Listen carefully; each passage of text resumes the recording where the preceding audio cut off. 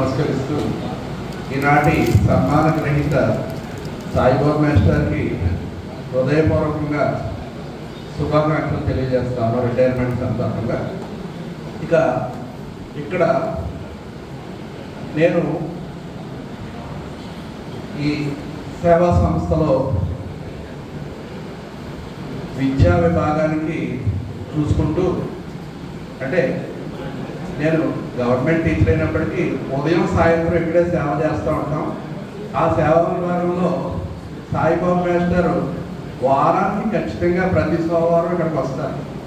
వచ్చిన ప్రతిసారి గుళ్ళో దండం పెట్టుకుని వెళ్ళిపోకుండా వెనక్కి వస్తారండి. మా దగ్గర ట్యూషన్ సెంటర్కి ఖచ్చితంగా వచ్చి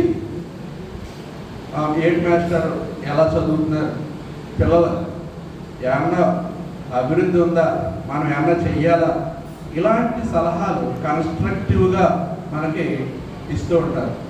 చాలా ఆనందం వేస్తుందండి.